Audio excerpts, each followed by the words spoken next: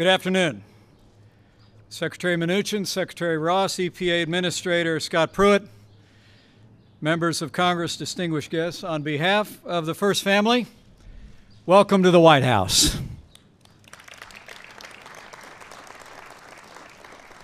You know, it's the greatest privilege of my life to serve as Vice President to a president who is fighting every day to make America great again. Since the first day of this administration, President Donald Trump has been working tirelessly to keep the promises that he made to the American people. President Trump has been reforming health care, enforcing our laws, ending illegal immigration, rebuilding our military. And this president has been rolling back excessive regulations and unfair trade practices that were stifling American jobs. Thanks to President Trump's leadership, American businesses are growing again, investing in America again, and they're creating jobs in this country instead of shipping jobs overseas. Thanks to President Donald Trump, America is back.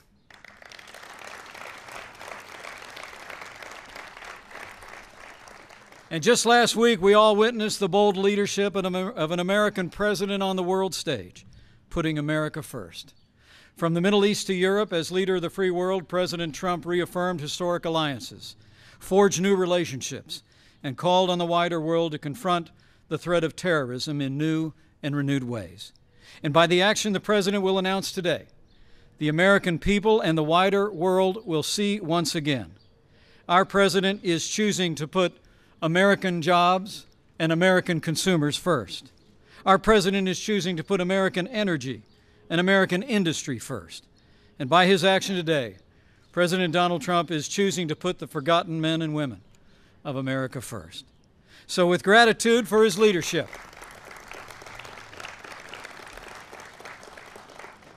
and admiration for his unwavering commitment to the American people, it is now my high honor and distinct privilege to introduce to all of you the President of the United States of America, President Donald Trump.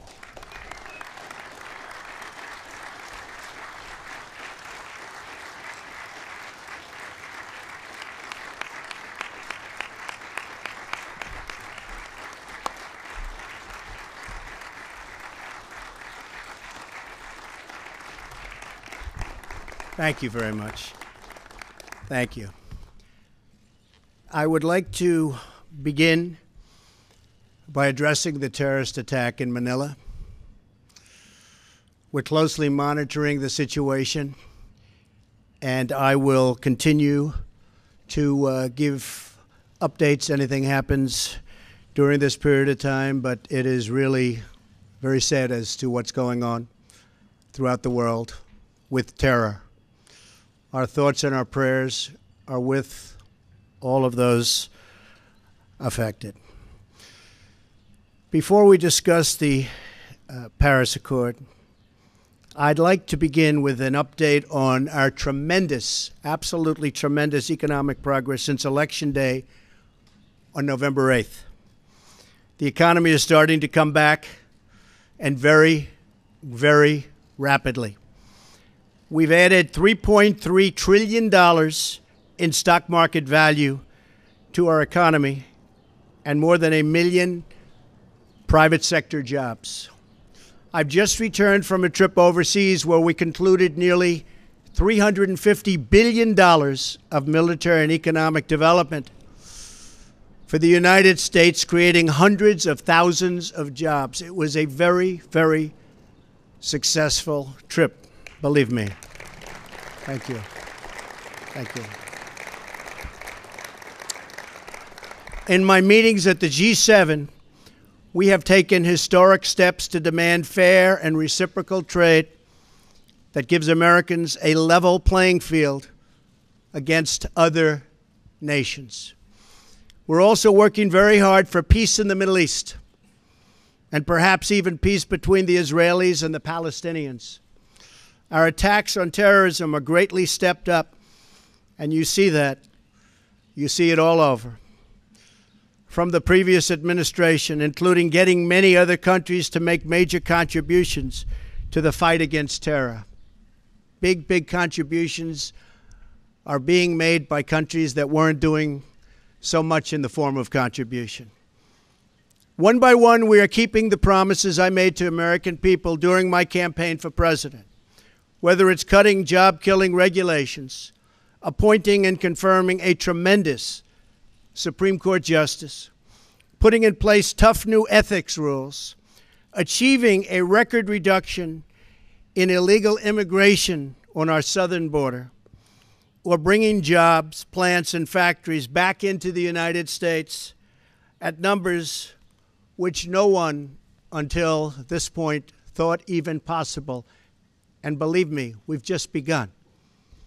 The fruits of our labor will be seen very shortly, even more so. On these issues and so many more, we're following through on our commitments, and I don't want anything to get in our way. I am fighting every day for the great people of this country. Therefore, in order to fulfill my solemn duty to protect America and its citizens, the United States will withdraw from the Paris Climate Accord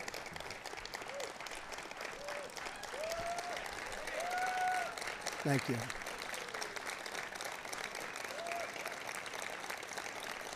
Thank you. But begin negotiations to re-enter either the Paris Accord or in really entirely new transaction on terms that are fair to the United States, its businesses, its workers, its people, its taxpayers. So we're getting out, but we will start to negotiate, and we will see if we can make a deal that's fair. And if we can, that's great. And if we can't, that's fine. As president, I can put no other consideration before the well-being of American citizens. The Paris Climate Accord is simply the latest example of Washington entering into an agreement that disadvantages the United States to the exclusive benefit of other countries, leaving American workers, who I love, and taxpayers to absorb the cost in terms of lost jobs, lower wages, shuttered factories, and vastly diminished economic production. Thus, as of today, the United States will cease all implementation of the non-binding Paris Accord and the draconian financial and economic burdens the agreement imposes on our country. This includes ending the implementation of the nationally determined contribution and, very importantly, the Green Climate Fund, which is costing the United States a vast fortune. Compliance with the terms of the Paris Accord and the onerous energy restrictions that is placed on the United States could cost America as much as 2.7 million lost jobs by 2025, according to the National Economic Research Associates. This includes 440,000 fewer manufacturing jobs, not what we need. Believe me, this is not what we need. Including automobile jobs and the further decimation of vital American industries on which countless communities rely. They rely for so much, and we would be giving them so little. According to the same study, by 2040, compliance with the commitments put into place by the previous administration would cut production for the following sectors: paper, down 12%. Cement, down 23%. Iron and steel, down 38%. Coal, and I happen to love the coal miners, down 86%. Natural gas down 31%. The cost to the economy at this time would be close to $3 trillion in lost GDP and 6.5 million industrial jobs, while households would have $7,000 less income, and in many cases, much worse than that. Not only does this deal subject our citizens to harsh economic restrictions, it fails to live up to our environmental ideals. As someone who cares deeply about the environment, which I do, I cannot in good conscience support a deal that punishes the United States, which is what it does. The world's leader in environmental protection, while imposing no meaningful obligations on the world's leading polluters. For example, under the agreement, China will be able to increase these emissions by a staggering number of years, 13. They can do whatever they want for 13 years, not us. India makes its participation contingent on receiving billions and billions and billions of dollars in foreign aid from developed countries. There are many other examples, but the bottom line is that the Paris Accord is very unfair at the highest level to the United States. Further, while the current agreement effectively blocks the development of clean coal in America, which it does, and the mines are starting to open up. We're having a big opening in 2 weeks. Pennsylvania, Ohio, West Virginia, so many places. A big opening of a brand new mine. It's unheard of. For many, many years, that hasn't happened. They asked me if I'd go. I'm going to try. China will be allowed to build hundreds of additional coal plants. So we can't build the plants, but they can, according to this agreement. India will be allowed to double its coal production by 2020. Think of it. India can double their coal production. We're supposed to get rid of ours. Even Europe is allowed to continue construction of coal plants. In short, the agreement doesn't eliminate coal jobs. It just transfers those jobs out of America and the United States and ships them to foreign countries. This agreement is less about the climate and more about other countries gaining a financial advantage over the United States. The rest of the world applauded when we signed the Paris Agreement. They went wild. They were so happy. For the simple reason that it put our country, the United States of America, which we all love, at a very, very big economic disadvantage.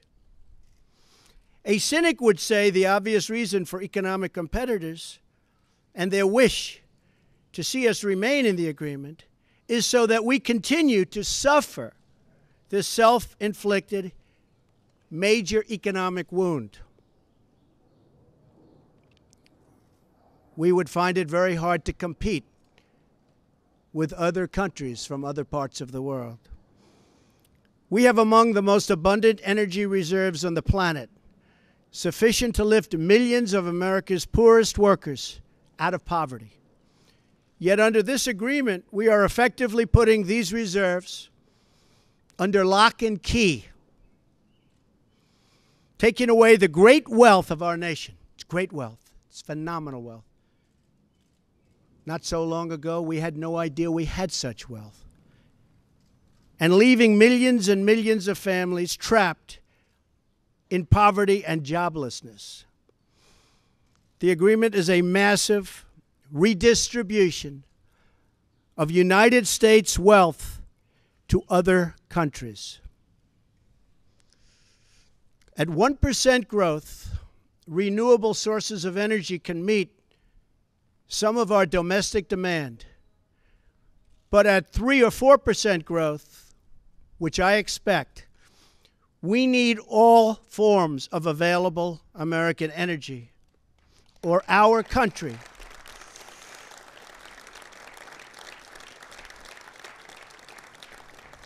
will be at grave risk of brownouts and blackouts. Our businesses will come to a halt in many cases, and the American family will suffer the consequences in the form of lost jobs and a very diminished quality of life. Even if the Paris Agreement were implemented in full, with total compliance from all nations, it is estimated it would only produce a 0.2 of 1 degree. Think of that. This much Celsius reduction in global temperature by the year 2100. Tiny, tiny amount. In fact, 14 days of carbon emissions from China alone would wipe out the gains from America, and this is an incredible statistic, would totally wipe out the gains from America's expected reductions in the year 2030. After we have had to spend billions and billions of dollars, lost jobs, closed factories, and suffered much higher energy costs for our businesses and for our homes. As the Wall Street Journal wrote this morning, the reality is that withdrawing is in America's economic interest and won't matter much to the climate. The United States under the Trump administration will continue to be the cleanest and most environmentally friendly country on earth. We'll be the cleanest. We're going to have the cleanest air. We're going to have the cleanest water. We will be environmentally friendly, but we're not going to put our businesses out of work. And we're not going to lose our jobs. We're going to grow. We're going to grow rapidly.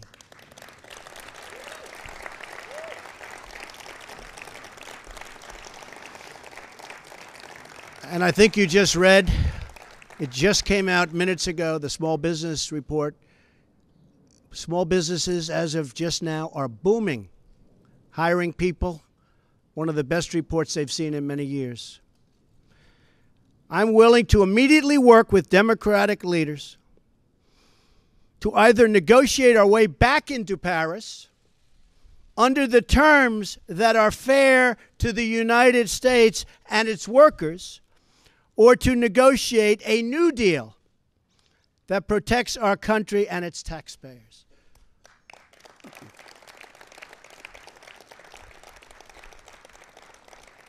So if the obstructionists want to get together with me, let's make them non-obstructionists. We will all sit down and we will get back into the deal and we'll make it good, and we won't be closing up our factories and we won't be losing our jobs, and we'll sit down with the Democrats and all of the people that represent either the Paris Accord or something that we can do that's much better than the Paris Accord. And I think the people of our country will be thrilled, and I think then the people of the world will be thrilled. But until we do that, we're out of the agreement. I will work to ensure that America remains the world's leader on environmental issues, but under a framework that is fair and where the burdens and responsibilities are equally shared among the many nations all around the world. No responsible leader can put the workers and the people of their country at this debilitating and tremendous disadvantage. The fact that the Paris deal hamstrings the United States while empowering some of the world's top polluting countries should dispel any doubt as to the real reason why foreign lobbyists wish to keep our magnificent country tied up and bound down by this agreement. It's to give their country an economic edge over the United States. That's not going to happen while I'm president. I'm sorry.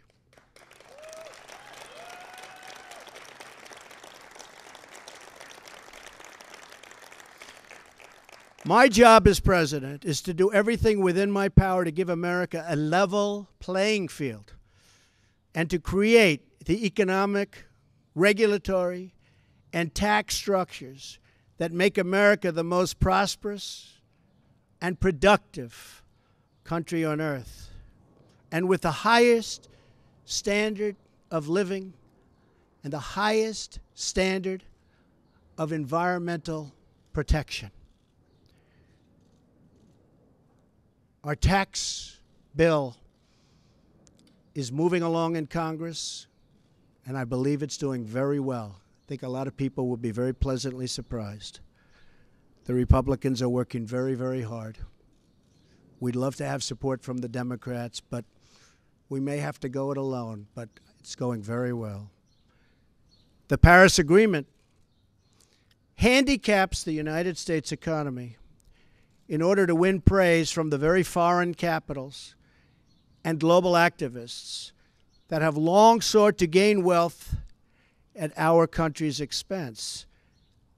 They don't put America first. I do, and I always will.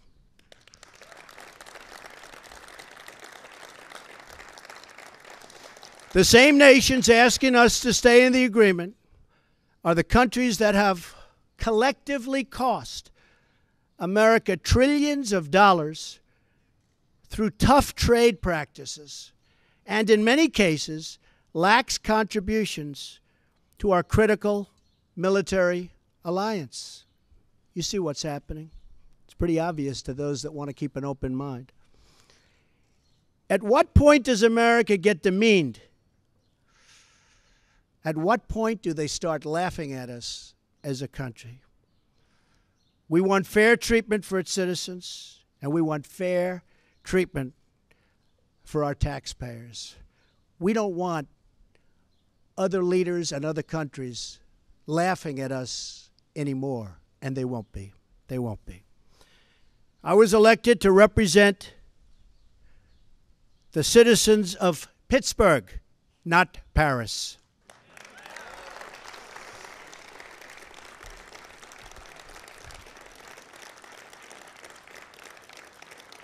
I promised I would exit or renegotiate any deal which fails to serve America's interests.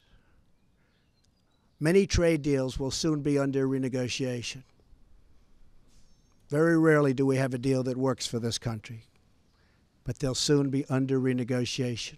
The process has begun from day one, but now we're down to business. Beyond the severe energy restrictions inflicted by the Paris Accord, it includes yet another scheme to redistribute wealth out of the United States through the so-called Green Climate Fund, nice name, which calls for developed countries to send $100 billion to developing countries, all on top of America's existing and massive foreign aid payments. So we're going to be paying billions and billions and billions of dollars, and we're already way ahead of anybody else. Many of the other countries haven't spent anything,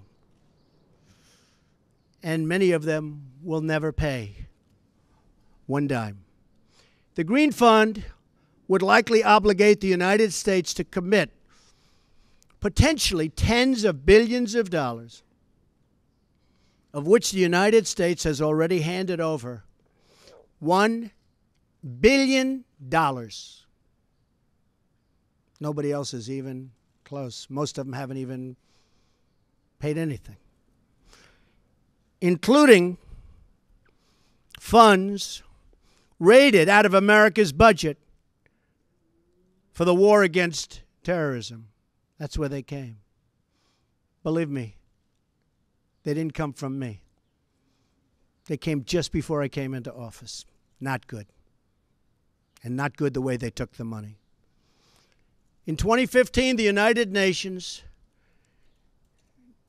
departing top climate officials, reportedly described the $100 billion per year as peanuts and stated that the $100 billion is the tail that wags the dog. In 2015, the Green Climate Fund's executive director reportedly stated that estimated funding needed would increase to $450 billion per year after 2020, and nobody even knows where the money is going to. Nobody's been able to say, where is it going to? Of course, the world's top polluters have no affirmative obligations under the Green Fund, which we terminate. America is $20 trillion in debt. Cash-strapped cities cannot hire enough police officers or fix vital infrastructure. Millions of our citizens are out of work, and yet, under the Paris Accord, billions of dollars that ought to be invested right here in America will be sent to the very countries that have taken our factories and our jobs away from us. So think of that. There are serious legal and constitutional issues as well. Foreign leaders in Europe, Asia, and across the world should not have more to say with respect to the U.S. economy than our own citizens and their elected representatives. Thus, our withdrawal from the agreement represents a reassertion of America's sovereignty.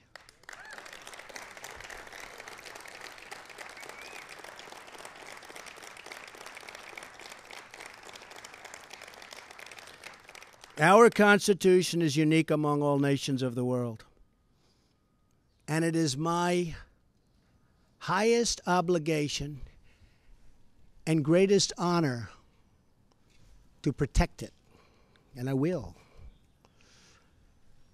Staying in the agreement could also pose serious obstacles for the United States as we begin the process of unlocking the restrictions on America's abundant energy reserves, which we have started very strongly.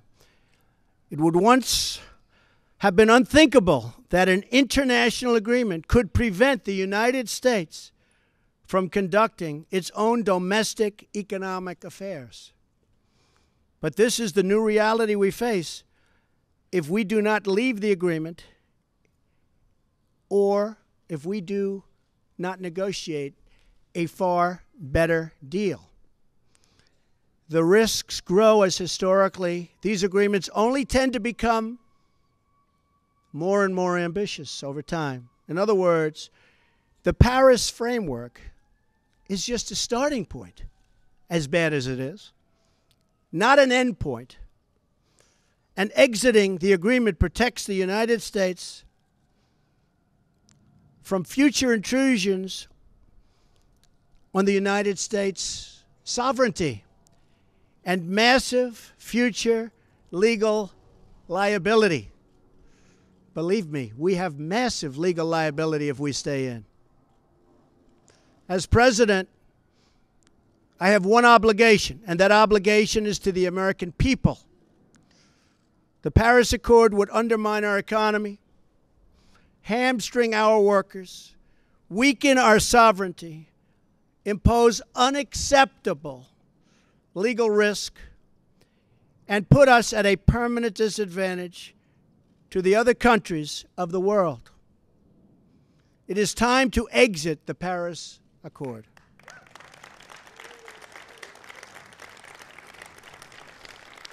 And time to pursue a new deal that protects the environment, our companies, our citizens, and our country.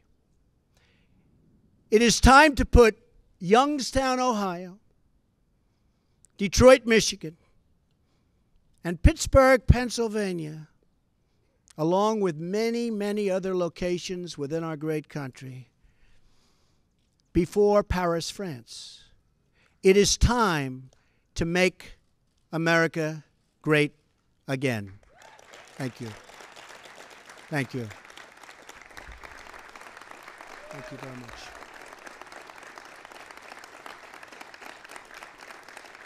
Thank you. Thank you very much.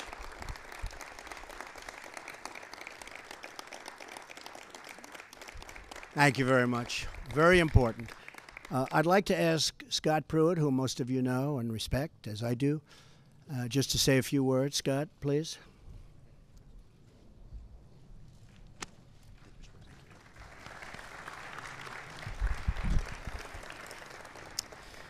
Thank you, Mr. President. Your decision today to exit the Paris Accord reflects your unflinching commitment to put America first. And by exiting, you're fulfilling yet one more campaign promise to the American people. Please know that I'm thankful for your fortitude, your courage, and your steadfastness as you serve and lead our country. America finally has a leader who answers only to the people, not to the special interests who have had their way for way too long. In everything you do, Mr. President, you're fighting for the forgotten men and women across this country. You're a champion for the hardworking citizens all across this land who just want a government that listens to them and represents their interest. You have promised to put America first in all that you do. And you've done that in any number of ways, from trade to national security to protecting our border to right-sizing Washington, D.C. And today you've put America first with regard to international agreements and the environment. This is an historic restoration of American economic independence, one that will benefit the working class, the working poor, and working people of all stripes. With this action, you have declared that the people are rulers of this country once again. And it should be noted that we as a nation do it better than anyone in the world in striking the balance between growing our economy, growing jobs, while also being a good steward of our environment. We owe no apologies to other nations for our environmental stewardship. After all, before the Paris Accord was ever signed, America had reduced its CO2 footprint to levels from the early 1990s. In fact, between the years 2000 and 2014, the United States reduced its carbon emissions by 18+%. And this was accomplished not through government mandate, but accomplished through innovation and technology of the American private sector. For that reason, Mr. President, you have corrected a view that was paramount in Paris, that somehow the United States should penalize its own economy, be apologetic, lead with our chin, while the rest of the world does little. Other nations talk a good game. We lead with action, not words.